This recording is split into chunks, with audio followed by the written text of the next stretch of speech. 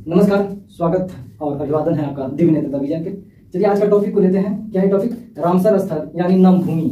नम भूमि तात्पर्य आर्द्र भूमि यानी नमी युक्त भूमि, जहाँ पे मॉइस्चराइजर ज्यादा हो, गीला भूमि। गीला भूमि भी कह सकते हैं। इसके बारे में समझेंगे।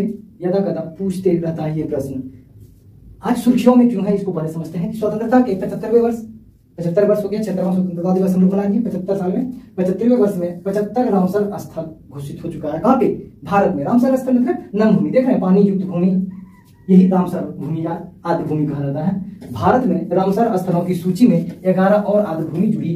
तो अगस्त में क्या हुआ कि 11 और आर्द्र भूमि जोड़ा गया, जिसके चलते रामसर की संख्या कितना हो गई भाई? 75वें वर्ष में 75 रामसर स्थल घोषित हो गया। वर्तमान में एक प्रश्न तो ऐसे ही आ जाएगा कि वर्तमान में नम भूमि क्षेत्र भारत में कितना है? 75। वर्तमान में भारत में आर्द्र स्थल कितना है? वो भी 75। आर्द्र नम या भारत में वर्तमान में भारत में रामसर स्थल कितना है? 75। रामसर स्थल कह लीजिए, नम भूमि कह लीजिए या आर्द्र भूमि कह लीजिए, सबका मतलब एक ही है। सबका मतलब एक ही है। आज की कक्षा में जानेंगे रामसर स्थल क्या है। समझिएगा, पूरा क्लास को समझिएगा। रामसर स्थल क्या है, क्या है रामसर संधि, रामसर संधि को भी समझेंगे, रामसर संधि का महत्व को समझेंगे, रामसर स्थल से संबंधित महत्वपूर्ण तथ्य को भी जानेंगे। ये सब टॉपिक को देखेंगे। रामसर स्थल का वर्गीकरण क्या है, वो भी वर्गीकरण करेंगे। आर्द्र भूमि क्या होती है, इसको भी समझेंगे। अब भारत के 75 रामसर स्थल यानी वेटलैंड्स, एक बात ये भी, वेटलैंड्स, रामसर बोल लीजिए, नम भूमि बोल लीजिए, आर्द्र भूमि बोल लीजिए, गीला भूमि बोल लीजिए या वेटलैंड क्षेत्र बोलिएगा, एक ही मतलब सबका है। आज जानेंगे 2022 में शामिल नए रामसर स्थल। तो ये सब टॉपिक को आज समझने का प्रयास करेंगे। चलिए जुड़ते रहिए। और अगर चैनल पे नए हैं तो आप चैनल को सब्सक्राइब कर लीजिएगा। वीडियो पसंद आएगा तो लाइक कर दीजिएगा। लाइक तो बनता है मास्टर का, लाइक कर दीजिएगा। क्या है भाई? पहला बात है, पहला क्या था? रामसर स्थल क्या है, इसको समझेंगे। रामसर स्थल क्या है? पृथ्वी पर ऐसे आर्द्र भूमि के क्षेत्र, मतलब गीला भूमि का ऐसा क्षेत्र जो जैव विविधता के लिए बहुत महत्वपूर्ण है। पृथ्वी का ऐसा क्षेत्र जो जैव विविधता के लिए सबसे अधिक महत्वपूर्ण है। उन महत्वपूर्ण स्थलों को रामसर संधि के तहत रामसर स्थल के रूप में सूचित किया जाता है, ताकि उनका संरक्षण किया जा सके। मतलब ये हुआ कि रामसर स्थल क्या है? रामसर स्थल पृथ्वी का ऐसा नम भूमि वाला क्षेत्र जहां पे जैव विविधता सबसे अधिक हो, मतलब बहुत सारे जीवों की प्रजाति पाई जाती है। तो ऐसे क्षेत्र को रामसर संधि के तहत उस सूची में शामिल किया जाता है, ताकि उसका और डेवलप किया जा सके ना, उसको प्राकृतिक अवस्था में बनाए रखा जा सके। ये नहीं कि मान लीजिए अगर इसमें नहीं जोड़ा जाएगा तो सोचिए कि कभी सूख जाएगा, मतलब मानवीय गतिविधि बढ़ जाएगा, उस क्षेत्र में प्रदूषित कर देगा वो क्षेत्र, तो क्या होगा? जैव विविधता का ह्रास हो जाएगा। इसलिए उसको किसमें शामिल किया जाता है भाई? रामसर संधि के तहत उस सूची में, ताकि उसका क्या किया जा सके? संरक्षण किया जा सके ना। भारत में वर्तमान में 75 रामसर स्थल है। वर्तमान में कितना रामसर स्थल है? 75। एक एक पॉइंट बहुत ज्यादा इंपॉर्टेंट है। दूसरा भाई, क्या है रामसर संधि? देख रहे हैं रामसर संधि, यहाँ पे एक्चुअली क्या होता है? गीला भूमि का ऐसा क्षेत्र होता है जहाँ बहुत सारा पक्षी अभ्यारण्य होता है। भारत का मैक्सिमम रामसर स्थल जो है भी ना, वो पक्षी अभ्यारण्य है। आप देखेंगे समस्तपुर पक्षी विहार या फिर कांवर झील, ये सब पक्षी विहार है एक्चुअली। उसको रामसर संधि के तहत रामसर सूची में शामिल किया गया है। क्या है रामसर संधि, इसको समझते हैं। 2 फरवरी 1971, कब? 2 फरवरी 1971 को ईरान के कैस्पियन सागर के तट पर, ईरान में एक्चुअली ईरान है ना जी, तुर्की, ईरान, रसिया, ये सब के बीच में एक झील है, विश्व का सबसे बड़ा झील का क्या नाम है? कैस्पियन सागर झील, खारे पानी का झील है। तो इसके नजदीक ही कैस्पियन सागर के तट पर स्थित है रामसर। कैस्पियन सागर के तट पर स्थित है रामसर, जगह का नाम। वहीं के कब? 2 फरवरी 1971 को शहर में, किस शहर में? रामसर शहर में आर्द्र भूमि के संरक्षण को लेकर एक संधि हुई थी। समझ में आया? 2 फरवरी 1971 को पहली बार कैस्पियन सागर के बॉर्डर पे, कैस्पियन सागर पे स्थित एक शहर है, शहर का नाम है क्या? रामसर। यहीं पे एक संधि हुआ था। विश्व के सभ्य देश पहुंचेगा वहां पे, क्यों पहुंचेगा बताते हैं। ये शहर कहाँ है? रामसर, ईरान में। ईरान में है रामसर। तो संधि हुई थी, जिसे हम रामसर संधि कहते हैं। किस नाम से जानते हैं? रामसर संधि के नाम से जाना जाता है। रामसर संधि का उद्देश्य था कि पृथ्वी पर स्थित आर्द्र भूमि का संरक्षण किया जाए। रामसर संधि का क्या उद्देश्य था? कि पृथ्वी पर जितना भी वेटलैंड क्षेत्र है ना, यानी नम भूमि क्षेत्र है, यानी गीला भूमि क्षेत्र है, उसको क्या करेंगे भाई? संरक्षण प्रदान देंगे ना जी, संरक्षण प्रदान करेंगे। यह संधि 1975 से लागू हुई थी। 71 में तो बुलाया गया था संधि, क्या? रामसर संधि, लेकिन लागू कब हुआ है? 1975 से लागू हुआ है। ये बात समझ में आया? अब आगे समझते हैं। तो रामसर संधि का महत्व को समझेंगे। आखिर रामसर संधि रामसर में, ईरान के रामसर में क्यों बुलाया गया, इसका महत्व क्या है, इसको समझते हैं। देख रहे हैं सभी जगह वही एक बात है कि गीला भूमि क्षेत्र है, पक्षी है। पक्षी क्यों है? क्योंकि बहुत सारा जीव है इसमें, बहुत सारा जीव है, छोटा छोटा बड़ा जीव, जिसे खाता है ये लोग पक्षी। मतलब जैव विविधता का भंडार है आर्द्र भूमि स्थल ना जी, जहाँ पे देखिएगा गीला टाइप का जगह है, बारिश भी पर्याप्त हो रहा है, मतलब गीला गीला जगह है, वहां सारा बहुत सारा जैव विविधता होगा। जैव विविधता का तात्पर्य है जीव जीव के बीच विविधता, बहुत सारे प्रकार के जीव, एक अर्थ में बोला जाए बहुत सारे प्रकार के जीव ना एक स्थल में, यही बात है। तो रामसर संधि का महत्व को समझते हैं, क्या है? वेटलैंड्स पर कन्वेंशन एक अंतर सरकारी संधि है। वेटलैंड्स मतलब नमी भूमि पे जो कन्वेंशन हुआ था, मतलब एकजुटता हुआ था, उसका एक अंतर सरकारी संधि है जो आर्द्र भूमि और उनके संसाधनों के संरक्षण और बुद्धिमान उपयोग के लिए राष्ट्रीय कार्रवाई और अंतरराष्ट्रीय सहयोग के लिए रूपरेखा प्रदान करती है। रामसर संधि क्या है? वेटलैंड्स के लिए एक कन्वेंशन है जिसके लिए क्या करेंगे हम लोग? नम भूमि क्षेत्र के लिए एक क्या करेंगे? राष्ट्रीय कार्रवाई और अंतरराष्ट्रीय सहयोग के लिए रूपरेखा प्रदान करेंगे। क्या इसमें बदलाव होना चाहिए? किस क्षेत्र में? वेटलैंड क्षेत्र के विकास के लिए। और क्या योगदान कर सकता है ये मानव, इसलिए तो रामसर संधि बुलाया गया था। तो उसका महत्व है कि वो जो गीला भूमि जहां जहां पे भी है ना, उसको नामित करेंगे। मान लीजिए बिहार के हैं आप, तो बिहार से समझिए, बिहार से कांवर झील को रामसर संधि में शामिल किया गया, रामसर स्थल घोषित कर दिया गया। कांवर झील, गोखुर झील का उदाहरण गंगा नदी पे ना जी, पटना के बाद गोखुर झील का उदाहरण है। कांवर झील में क्या होता है कि बहुत सारे पक्षी अभ्यारण्य, पहले पक्षी अभ्यारण्य था वो कांवर झील। यहाँ पे क्या होता है, बहुत ज्यादा गीला होने के कारण वो क्षेत्र जैव विविधता का भंडार हो गया है। क्या इतना से ही सीमित था? लोग क्या करता था, यहाँ पे कचरा भी बहा देता था, सब कुछ कर रहा है, यहाँ इसको प्रदूषित कर रहा है। तात्पर्य हुआ इसे प्रदूषित कर रहा है। अब जो रामसर संधि के तहत इसको किस सूची में? वेटलैंड सूची में या रामसर संधि के तहत रामसर सूची में शामिल किया गया, इसे रामसर क्षेत्र घोषित किया गया। तो इस कंडीशन में क्या हुआ, कांवर झील का अब अंतरराष्ट्रीय स्तर पर इसे रुपया पैसा मिलेगा। क्यों मिलेगा? इसका विकास हो सके, यानी जैव विविधता को बनाए रखने के लिए यहाँ पे क्या होगा, इसे रामसर सूची में शामिल करके इसका और विकास किया जाएगा। तात्पर्य समझ में आ गया? चलिए आगे चलते हैं। रामसर स्थल से संबंधित महत्वपूर्ण तथ्य को समझते हैं। तथ्य क्या है? रामसर स्थल का महत्वपूर्ण तथ्य क्या है? भारत ने रामसर संधि पर 1 फरवरी 1982 को हस्ताक्षर किए थे। भारत ने रामसर संधि पर 1 फरवरी 1982 को दस्तखत किया था। भारत रामसर संधि में कब शामिल हुआ था? एक प्रश्न तो ये भी हो गया, कब? 1 फरवरी 1982 को। 1 फरवरी याद भी नहीं रहेगा ना, 1982 आपको याद होना चाहिए। भारत की पहली रामसर स्थल उड़ीसा में स्थित चिल्का झील है। चिल्का झील लैगून झील का उदाहरण है, खारे पानी की झील का उदाहरण है। भारत की सबसे बड़ी झील है लैगून झील, चिल्का झील ना। भारत की सबसे बड़ी झील कौन है? चिल्का झील, लेकिन वो खारे पानी का झील है। लेकिन मीठे पानी का झील गुलर झील, जम्मू कश्मीर, झेलम नदी ना जी, झेलम नदी गोखुर झील बनाती है किसको?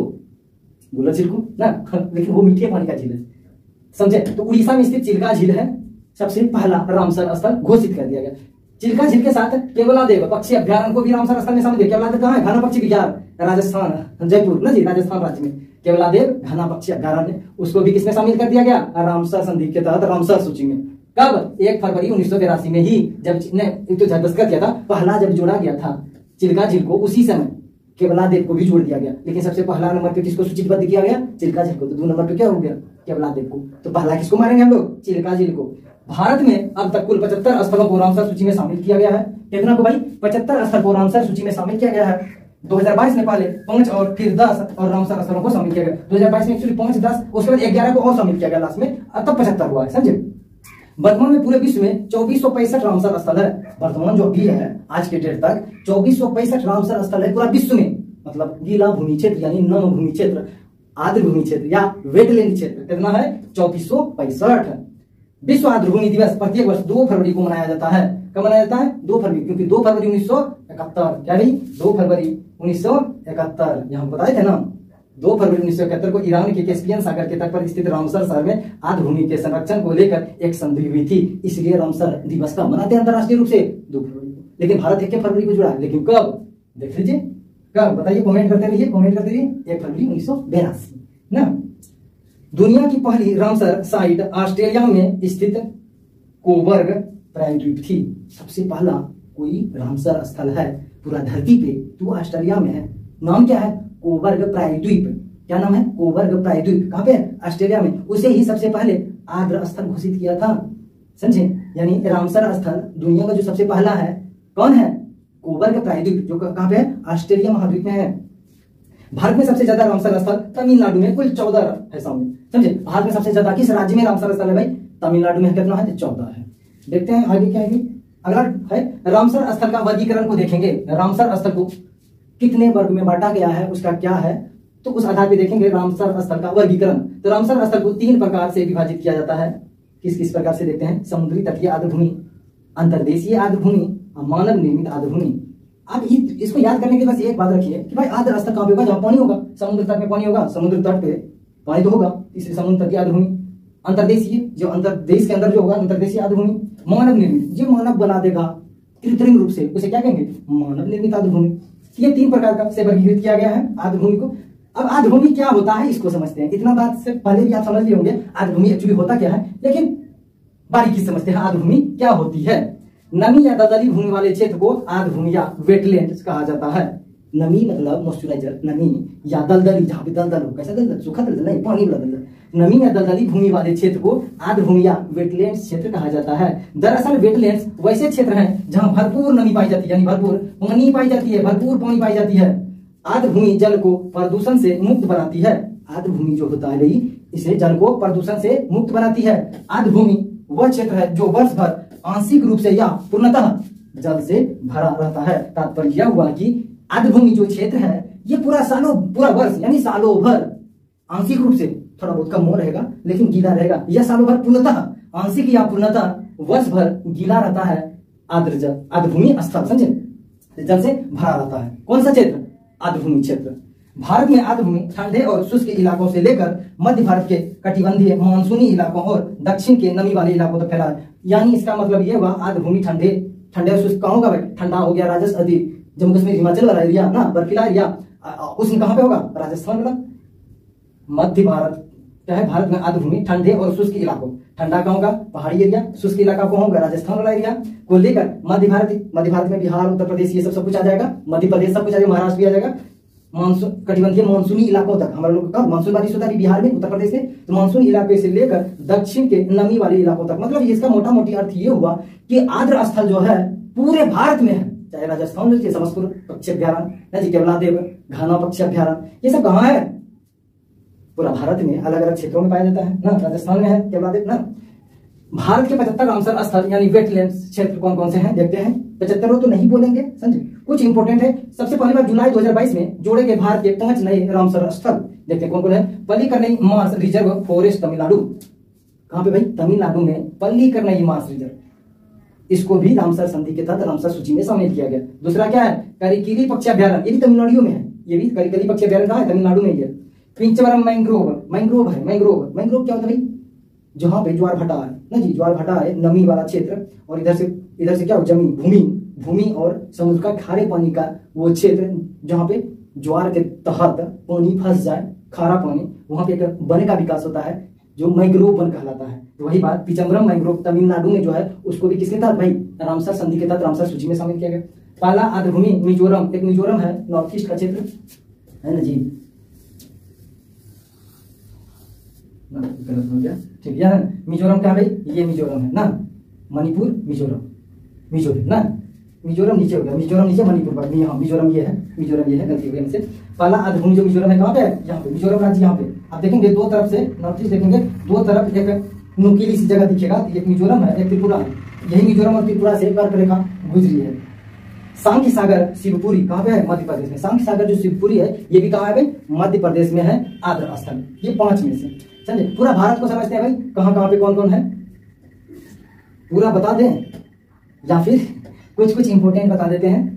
75 है इसमें, समझे। पश्चिम बंगाल में है पूर्वी कोलकाता आर्द्र भूमि, सुंदरवन डेल्टा, पश्चिम बंगाल में। त्रिपुरा में क्या है, रुद्रसागर झील। मिजोरम में क्या है, पाला आर्द्र भूमि जो देखें आप। मणिपुर में क्या है, लोकटक झील से फुंडी वहां होगा ना जी, तैरता हुआ पार्क, नेशनल पार्क यहीं पे है मिजोरम में। कहाँ पे, मणिपुर में, लोकटक झील में। असम में क्या है, दीपोर पक्षी विहार, दीपोर बिल पक्षी विहार। बिहार में क्या है, कांवर झील या कांवर ताल भी बोलेंगे इसको, कांवर झील आर्द्र भूमि। उत्तराखंड में क्या है, असम कंजर्वेशन रिजर्व। हिमाचल प्रदेश में क्या है, पोंग बांध झील, रेणुका आर्द्र भूमि।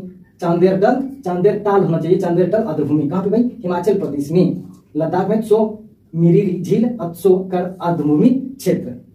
तो समझे ओके। जम्मू कश्मीर क्या है, बुलंद झील, ये भी आर्द्र स्थल है। सूरसागर और मानसर झील।